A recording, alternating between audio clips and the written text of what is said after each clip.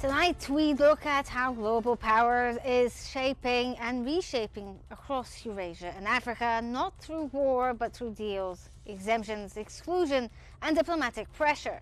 In Washington, President Donald Trump hosted Kazakhstan's President Kassym-Jomart Tokayev, announcing $17 billion in commercial agreements, deeper strategic ties and even a move by Kazakhstan to join the Abraham Accords, a step presented as a supporting regional peace. But critics say this risks placing yet another Muslim-majority country into a framework that has overlooked Palestinian rights and normalized Israeli expansion instead of ending it.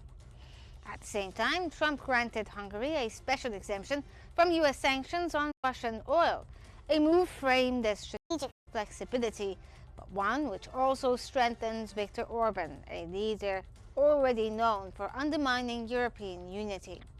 And finally, the United States is turning to South Korea to rebuild its shipbuilding industry in what Trump calls Make America Shipbuilding Great Again. The question remains, is this a revival of a genuine industrial strategy or another case of shifting U.S. dependency from one foreign supplier to another? I'm Morsi, and this is In Focus.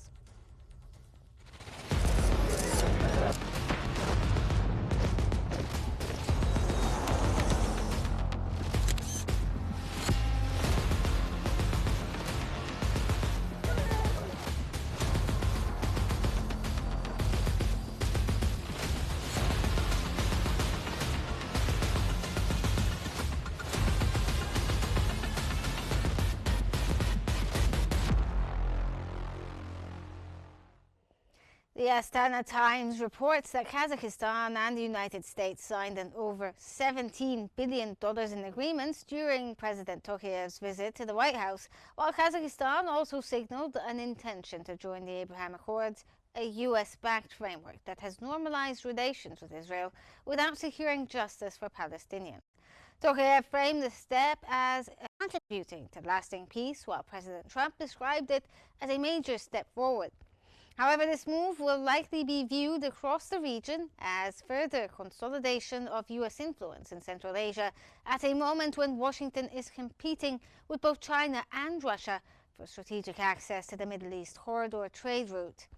Meanwhile, the Financial Times notes Trump granted Hungary a full exemption from U.S. sanctions on Russian oil, easing pressure on one of Moscow's closest allies inside NATO. According to NBC, Washington is now turning to South Korea to help rebuild the collapsing American shipbuilding sector, a dramatic indication of how industrial weakness, not just diplomatic tensions, is now shaping America's global strategy. Taken together, these developments suggest a new geopolitical architecture where energy corridors, industrial supply chains, and political alliances are being redrawn, with consequences that will reach Europe, Asia, and the Middle East.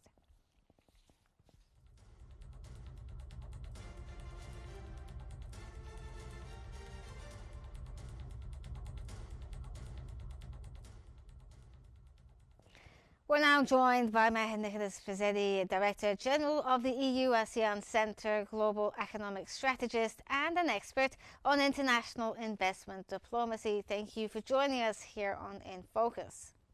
My pleasure.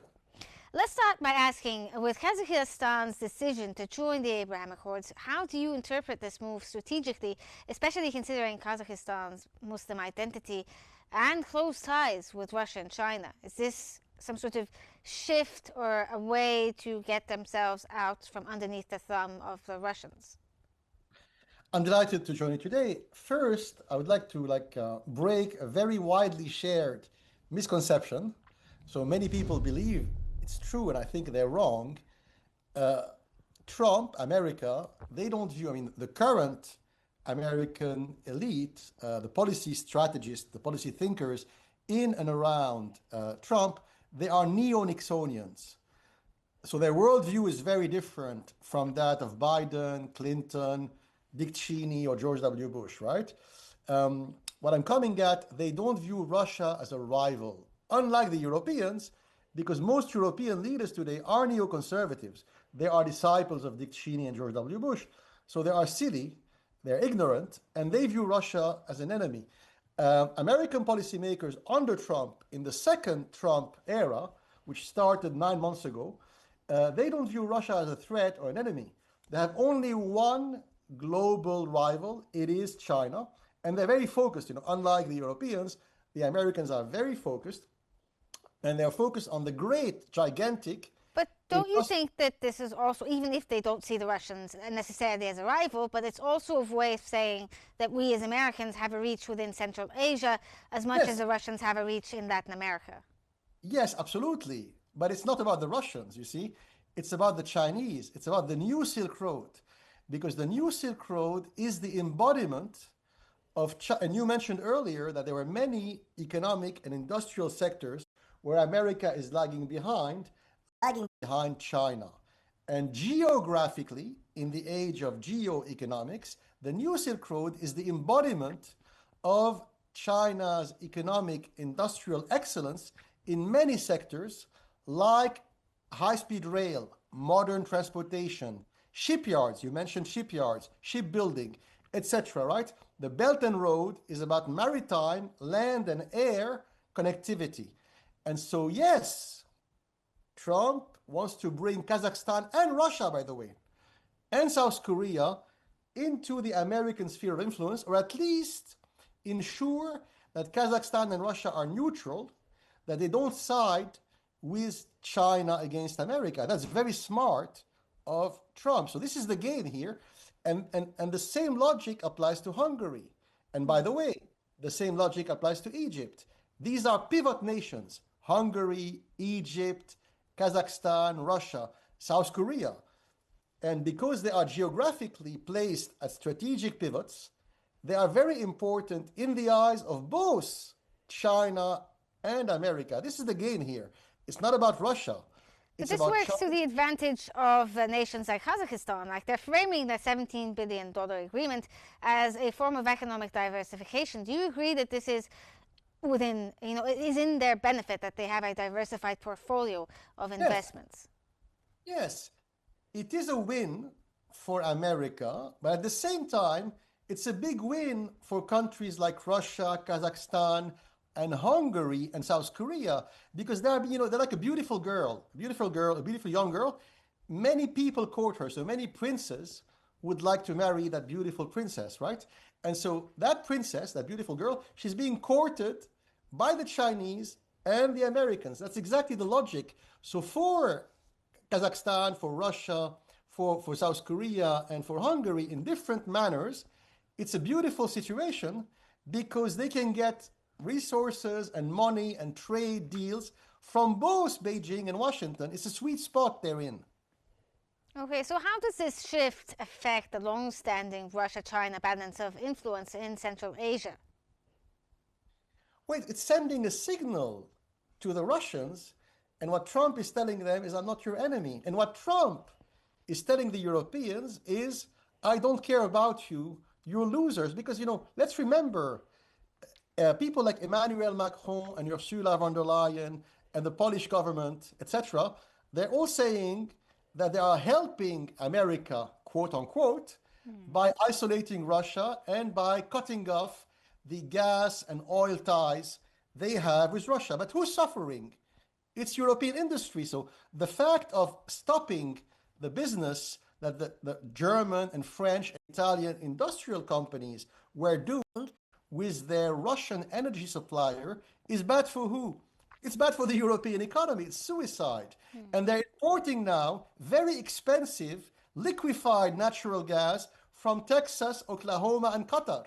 So they are shooting themselves in the foot, the Europeans. And Trump is making fun of them because he's telling them, you know what? I'm going to make an exemption. Bravo, you're smart, Emmanuel Macron. You are doing an embargo on Russian oil. But you know what? I'll make an exception for Hungary, and maybe tomorrow I'll make an exception for Greece and Italy. But why did he make an exception? Could you somehow delve into the idea of why he chose to give Hungary an exception when it comes to the oil? Because it's a charade. So it's a joke.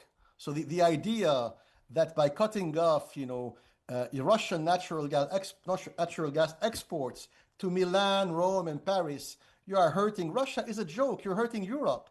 And so Trump is taking them for idiots, and maybe they are idiots. So is this some sort of message he's trying to send to them, that send to Brussels, basically, that you guys don't matter anymore? He's telling the Europeans that he has no respect for them. And he's right. How can you have respect for them? So the thing is, Hungary is an ally. Hungary is geographically placed in a very pivotal spot along the giant Eurasian New Silk Road, just like Russia, just like Greenland. And so for Trump, they are important. And he's willing to show disrespect to Ursula von der Leyen and Emmanuel Macron. And now he made an exemption for the Hungarian. What will Macron do? What will the European Commission do? They will do nothing. Okay, so in your opinion, basically, that these exemptions could encourage other European states to disregard the idea of an oil embargo on the Russians, for instance? Absolutely. It's opening the door to Bulgaria. It's opening the door to Macedonia, to the Czech Republic. And by the way, there's now a new government in Prague.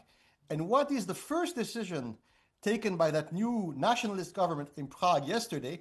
In parliament, they tore the Ukrainian flag to pieces.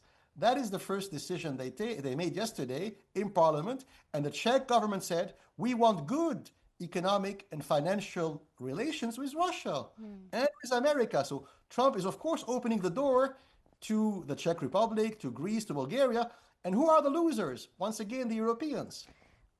My question here would be, wouldn't this be sort of a contradictory way of dealing with Russia, I suppose? Now, he's working with the Central Asians where he's trying to diminish the Russian influence there, but also he's opening the gate for the Europeans to somehow disregard the oil embargo. Doesn't this sort of work contradictorily? Not really.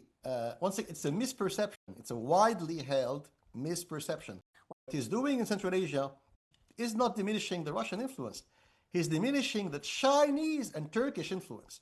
So for Trump and for the neo-Nixonians in power in the White House, the threat in Central Asia is first a Chinese threat and second a Turkish threat. They couldn't care about the Russian influence. It's not what they're focusing on, right? And on the contrary, the American foreign policy and the American strategic policy is very coherent and cohesive. It's focusing on one key issue, the industrial, technological, financial rivalry with China. Very focused. Those who lack strategic focus are the Europeans. One day the Europeans support the Green New Deal and the environment, and the next day they're burning coal and wood in Germany because they don't want to buy Russian natural gas. It doesn't make any sense. Okay, if we could discuss the idea of China being basically the focus of the United States when it comes to trying to battle it on this big trade war. Do you think that having Central Asian deals as well with South Korea and Japan is going to counter the rare mineral earth issue? Because this is a big issue. China is the biggest exporter of rare minerals. Yes, absolutely. And in reality, trade, the trade war, etc., is just a pretext. The war is not a commercial war or trade war. It's essentially an industrial, technological war. And you're absolutely right. If you slice and dice, to make a long story short, right? If you slice and dice the world economy in 10 or 11 strategic industrial sectors, today China is ahead of America in 6 or 7 sectors. That's huge. And so America needs to catch up fast or it will lose. And one of the sectors where the Chinese are ahead is what? Shipyards. Building modern ships, massive ships, quickly with the best maritime tech. The Chinese are ahead. South Korea is excellent in that field. So the link up with South Korea makes sense. There is another reason. There's one industrial sector where America is ahead of China. Only one or two. So one is aviation and the other is microchips, right? And AI is linked to microchips. And they would like to keep these sectors, aviation, AI, microchips, where they are ahead of China, because in all other sectors, America is behind. So South Korea brings something else. South Korea is excellent in the field of ultra-advanced microchips. So they're bringing two things to the American economy. Yes. additional power for microchips, and new skills in shipyards. Well, so you think that the U.S.-South Korea shipbuilding partnership is a way for, as you said, the China is surpassing the U.S. when it comes to certain industries, including shipbuilding. Do you think this is a way to revive the shipbuilding industry in the U.S. by outsourcing it to a different partner, a different branding, I suppose? Yes, but it's not only outsourcing, because the South Koreans have committed in writing to building and expanding and modernizing gigantic shipyards where? In Baltimore, in Virginia, in Texas, in Louisiana. So it's not only, building American ships in South Korea, it's thousands of South Korean engineers and technicians flying to Louisiana, Texas, Virginia, and building, revamping, and expanding and modernizing American shipyards. But it seems that despite the many efforts of the US to provoke some sort of major reaction from the Chinese, especially when it comes to countries like South Korea and Japan, the Chinese haven't really budged when it comes to how they're dealing with the so-called trade war. Would you agree with this? You know, so basically, it will take time. We commentators, experts, we focus on the daily commentariat. But that technological, industrial, financial rivalry is a new 100 years war. So it will take 100 years. Even when Trump retires, that war will only be in the first days, right? It's a long-term thing. So the way we have to view it is the following: geography, pivot nations, and 10, 11 sectors, right? And every week, every month, every semester, every year, we have to measure the improvements of America. America is behind because when you are behind in 7 out of 10 economic industrial sectors, you're losing, right? So America needs to catch up very fast. So this is the game. China is already ahead in spite of problems which they have. China has demographic problems, has pension fund problems, real estate finance. But in spite of the problems they have, they're ahead in what really matters: technological, industrial skills, and the know-how and the capacity to produce massively. So really, that's the game. America is catching up desperately but smartly, in spite of all his faults. Trump is his own worst enemy, right? Yeah. So in spite of the bravado, the aggressive, sometimes irrational speeches, he's smart and he's a strategic thinker, and he thinks strategically and long term, unlike what his enemies who try to ridicule him often say. Those who lack strategic vision are the Europeans, right? They are focusing on shallow surface issue. And Russia, the Russian-Ukraine war is typically a very shallow, superficial issue, and they're spending tens of billions of dollars on that every month, and their economy is crumbling. So China's ahead, it's winning. And Japan here, to answer your question, Japan is an important player, but less important, in my opinion, than South Korea or Russia.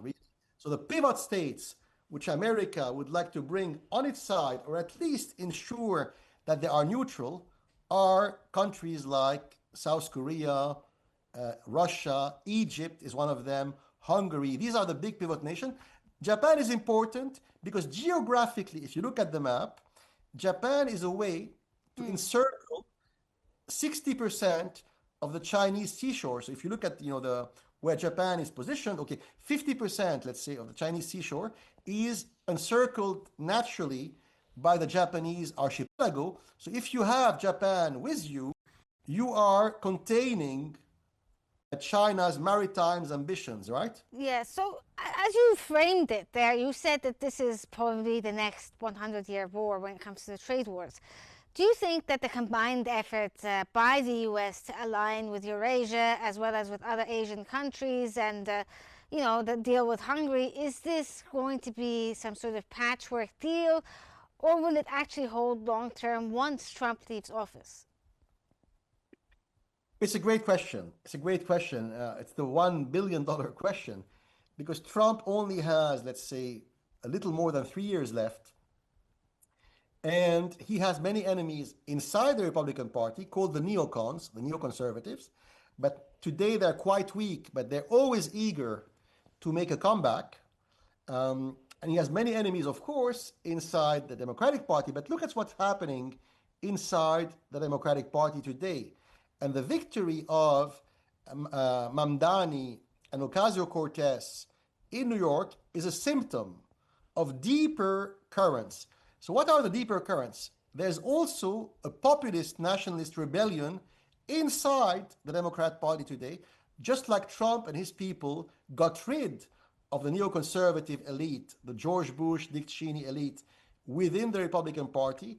Today, there are many beyond and above Mamdani and Ocasio-Cortez, many union leaders, many radical left-wing nationalists inside the Democrat Party. They hate NATO. They couldn't care less about NATO or Israel or whatever. They also want to focus on America first, right? American workers, American employees, American social protection. That is the new Democrat Party we're seeing emerging slowly. And they hate Nancy Pelosi and Joe Biden and Hillary Clinton. The old guard, basically. Yeah, so America is becoming more selfish across the board, left and right. Okay, Mr. Fazili, thank you so much for your valuable insights and thank you for joining us.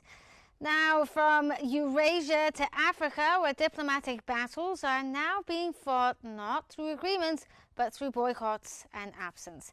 According to the Africa report, President Donald Trump announced that no U.S. official will attend the G20 summit in South Africa, accusing Pretoria of persecuting white farmers. Claims that South Africa says are factually incorrect, racially charged and politically motivated.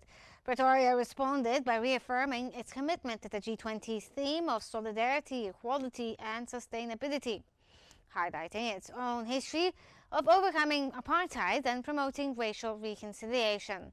This boycott comes only weeks after Trump raised the prospect of military action in Nigeria, again citing unverified claims of religious persecution.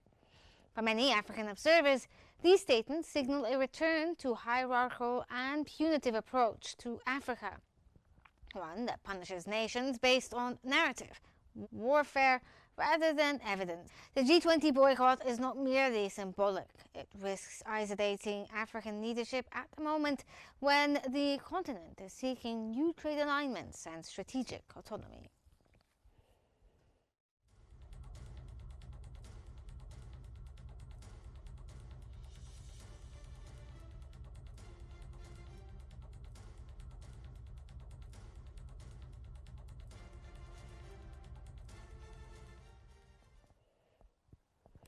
Joining us from Johannesburg is Kletso Gaborone, an independent political analyst. Thank you, Kletso, for joining us here on the program.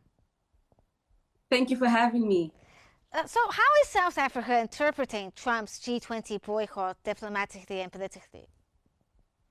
I'm very sorry. Could you please repeat your question again? Let me repeat your question. Let me repeat the question again. Now, how is South Africa interpreting Trump's G20 boycott, whether it be politically or diplomatically? I would say that the decision by Donald Trump, or President Donald Trump rather, to boycott the G20 hosted by South Africa does not necessarily come as a surprise, considering the stance that the United States has been taking regarding the so-called white genocide that is apparently happening in South Africa. So I think that the stance for Donald Trump to boycott the G20 as surprising, not necessarily surprising, but as huge as it is, that does not necessarily come as a surprise, but is very disappointing. That should not go unsaid. So, as you said there, this is based on the claims that there's persecution of white farmers. Why do you think these claims continue to persist despite being widely debunked? I think that is an actually very good question, right? I think because there has been so many refutations and there's been so much proof to disprove the existence of this genocide, the fact that the United States still continues to act on these unclaimed and unproven intel is very concerning for such a global superpower.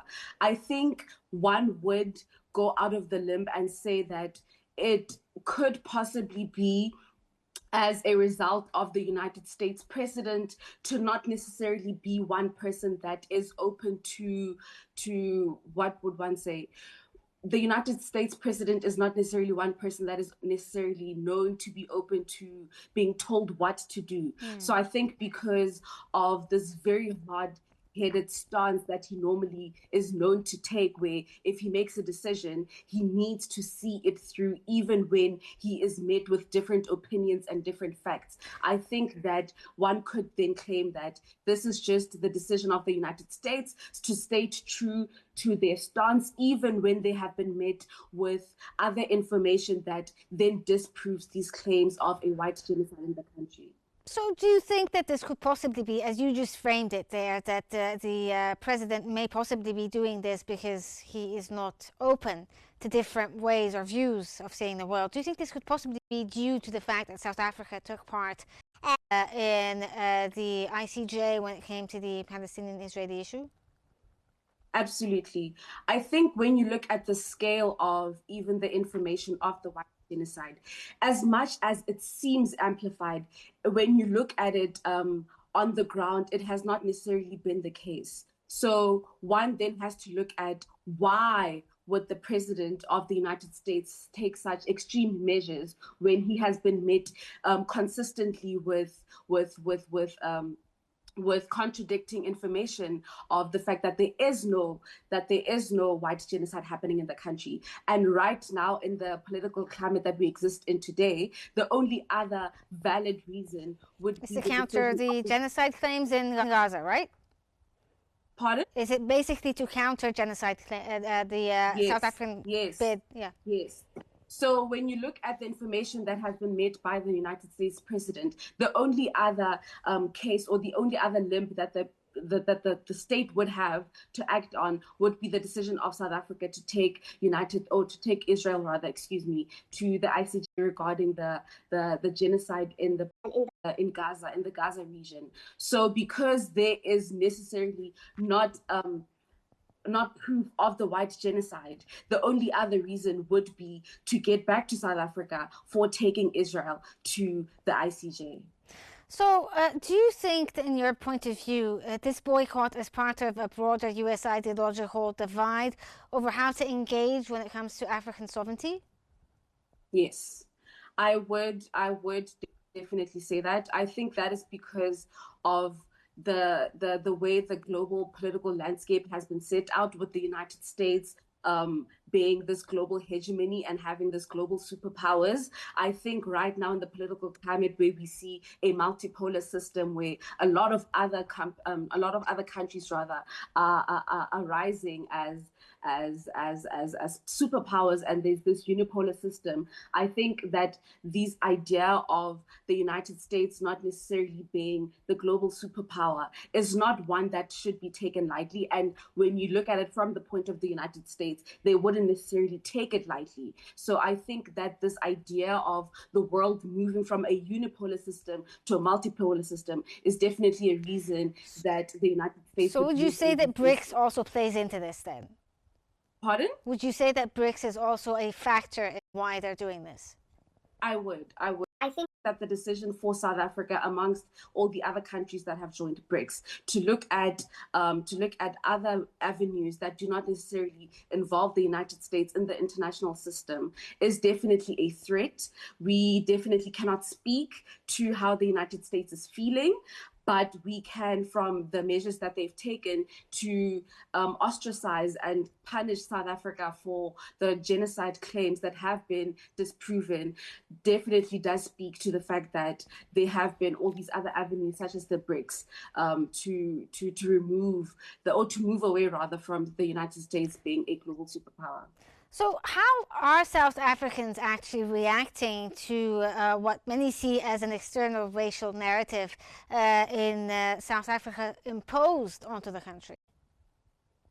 I think that is actually a very important question, because it seems right now that a lot of what is being seen is on the news rather does not necessarily reflect what is actually happening on the ground. You're seeing a lot of these articles about the white genocide, but when you look on the actual ground where normal average South African citizens are living, you do not see this necessarily happening, right? You look at it, for example, right now with the United States government, having bought tickets for more Afrikaner refugees to join all the 49 refugees that had left earlier on, to join them in the United States. And the fact that not even half of those tickets were used because there is no Afrikaner genocide. So the consensus on the ground is that this is not the reality of people, because you would see that if it was the reality of white Afrikaners being ostracized and being killed for their race and their language, you would think that they would take this opportunity to leave this country.